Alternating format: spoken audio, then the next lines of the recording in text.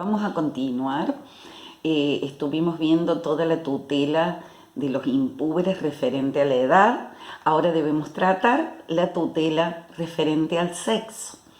Eran incapaces absolutas. De hecho, cuando eran niñas, hasta los 12 años, y a partir de esa edad, eran incapaces relativas, de hecho.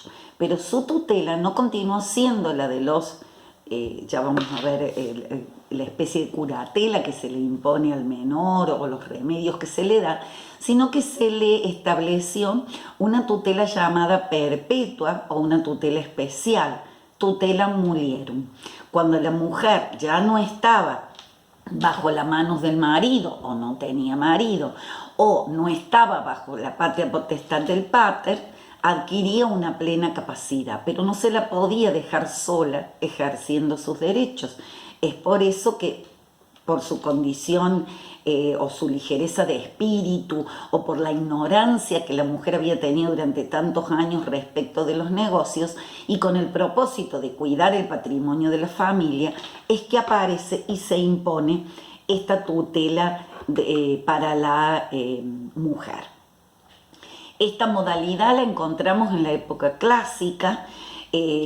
No se admitía que las mujeres tuvieran capacidad negocial o política o para realizar algún tipo de trámites especiales, y se extendió prácticamente hasta que las mujeres comenzaron a demostrar que podían hacer determinados negocios solas, fundamentalmente las mujeres de clase media o alta, no así las mujeres de clase baja, y ya en época justinianea prácticamente la tutela mulierum va a desaparecer. Hemos visto en la unidad 5 que con las leyes caducarias, las leyes Julia de Adulteris y Papia Popea, el emperador Augusto le había otorgado a las mujeres ingenuas con 3 hijos y libertas con 4 hijos el llamado ius liberorum, o la facultad de poder ejercer por sí solas sus negocios jurídicos. Esto significó un gran avance que también se amplió con Teodosio y con Honorio en el 410 después de Cristo a todas las mujeres del imperio. La característica de esta tutela mulierum entonces es la que se aplicaba al menor impúber, al menor impúber de 7 a 14, o sea, una incapacidad relativa de hecho, en donde el tutor acompañaba a la mujer, daba su consentimiento, la llamada autoritas tutoris, de los negocios que ella realizaba. Incluso podía ser el marido el tutor o permitirle el marido a la mujer elegir su propio tutor. Respecto de las cuestiones morales, educacionales y personales de estas tutelas, o digamos de estas incapacidades, como la vivienda, la alimentación, la educación, correspondía generalmente a otros miembros de la familia, como la madre o a falta de ella el mismo tutor, si este tutor era un pariente del menor o sea mujer o varón. Las mujeres no podían ser tutoras de sus hijos, hasta que, con algunas excepciones o condiciones, Justiniano se lo admite, como por ejemplo mantenerse viudas después de muerto su marido. Vamos a las especies de tutela que había. Podemos decir que en Roma existieron y aún subsisten hoy en el Código Civil y Comercial de la Nación 3 especies de tutela: la testamentaria, la legítima y la dativa. La tutela testamentaria era establecida en el testamento por el pater, y como podía o no ser un pariente, el tutor podía rechazar su nombramiento. Además, era pasible de remoción, o sea, sacarlo en caso de considerarlo sospechoso por actos ilícitos, como por ejemplo malversación de patrimonios. La tutela legítima, en cambio, aparece cuando no lo hubiese establecido el pater en su testamento y correspondía a los parientes o herederos del impúber, agnados o, en su defecto, gentiles. No podían renunciar a ella y se los podía remover si se demostraba que habían perjudicado el patrimonio del menor a través de la actio rationibus distraenti, una acción.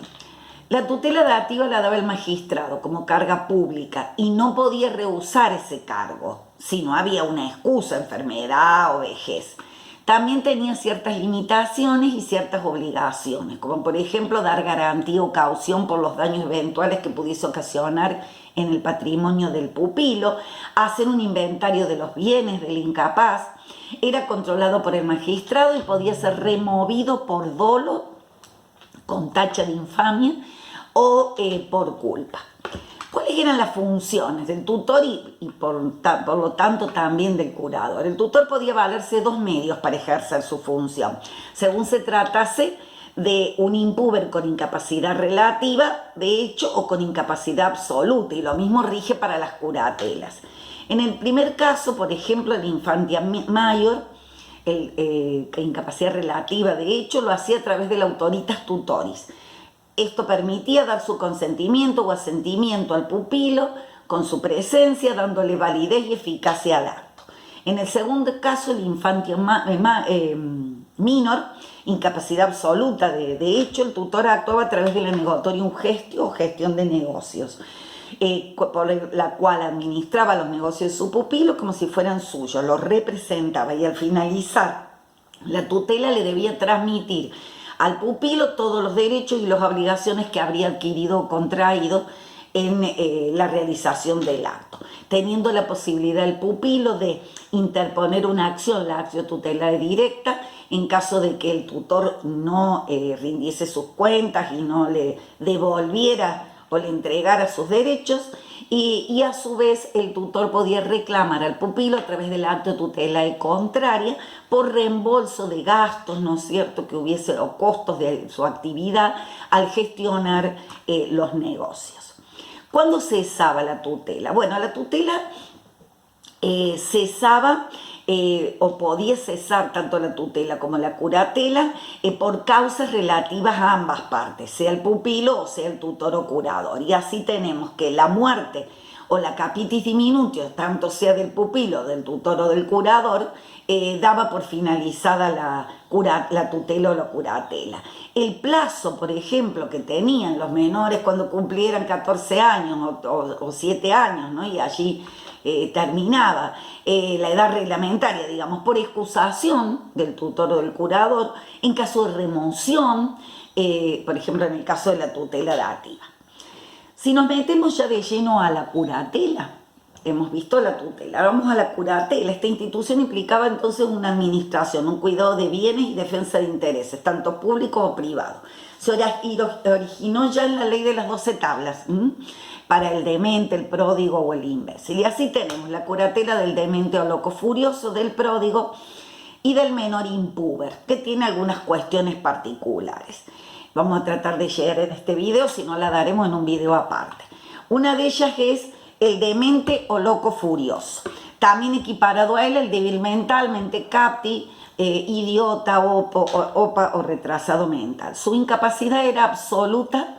De hecho, esto es, actuaba el curador con la gestión de negocios. Su cargo era estable y si el loco furioso recuperaba su cordura, todos los actos que realizara serían válidos o eficaces. Estos periodos se llamaban intervalos de lucidez.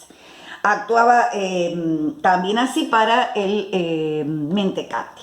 Vamos al pródigo. El pródigo fue similar a la del menor impúber de 7 a 14, una incapacidad relativa de hecho. El pródigo era aquel que derrochaba o dilapidaba todos sus bienes, poniendo en peligro el patrimonio de la familia o de él mismo.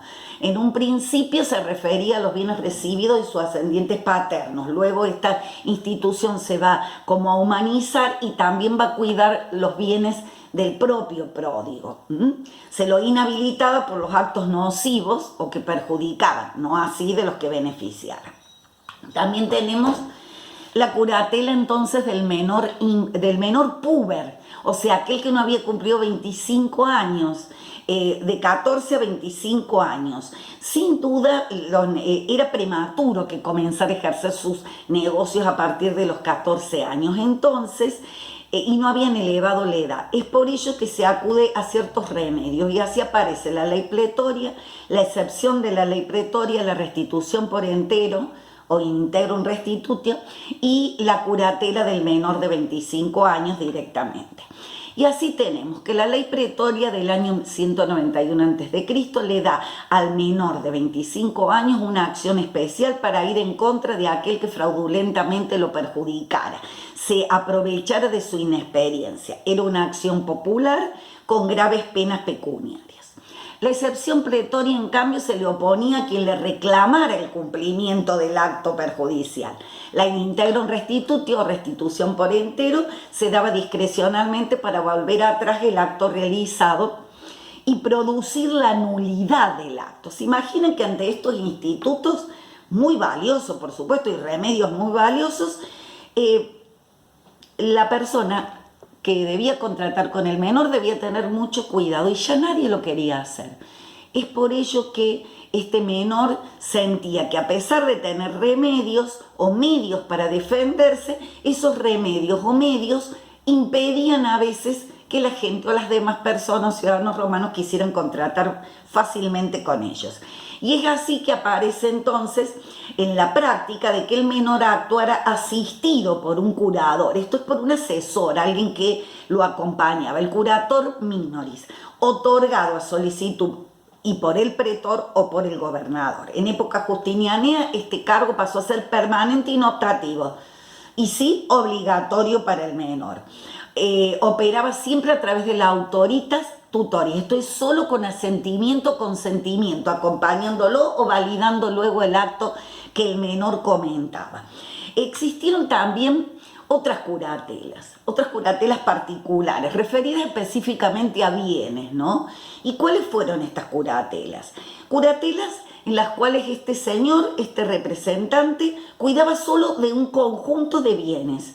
Y así aparece el conjunto de bienes de la persona por nacer, el nasciturus, llamado curator ventris, que protegía aquellos bienes que el menor podría recibir, o sea, derechos sucesorios, bienes que podía recibir de la propia persona del nasciturus. Y entonces el curador cuidaba de esos bienes de los cuales sería heredero. Se protegía, por ejemplo, también los bienes de la herencia yacente, que era aquella que estaba en expectativa, a la espera que el heredero la aceptara, y entonces había que cuidar, hacer gasto de conservación sobre los bienes, quizás, y entonces vender o comprar para conservar, y allí aparece el curador de la herencia yacente. Y también aparece el curador de los bienes del peculio adventicio, aquel que recibía de su mamá, el menor, acuérdense que el profecticio era del papá, el adventicio de la mamá, también de los bienes de hipoteca, de titulares ausentes o de aquellos bienes que estaban para ejecución en caso de ser bienes que el deudor presentaba. Todos estos eran llamados curador ventris, curador de la herencia yacente o curatores bonorum. Y con esto damos por finalizada la unidad 6. Espero que les haya sido agradable para ustedes, que haya podido ser lo suficientemente clara para que puedan ayudarse con la lectura del libro y con la clase. Nos vemos en la próxima.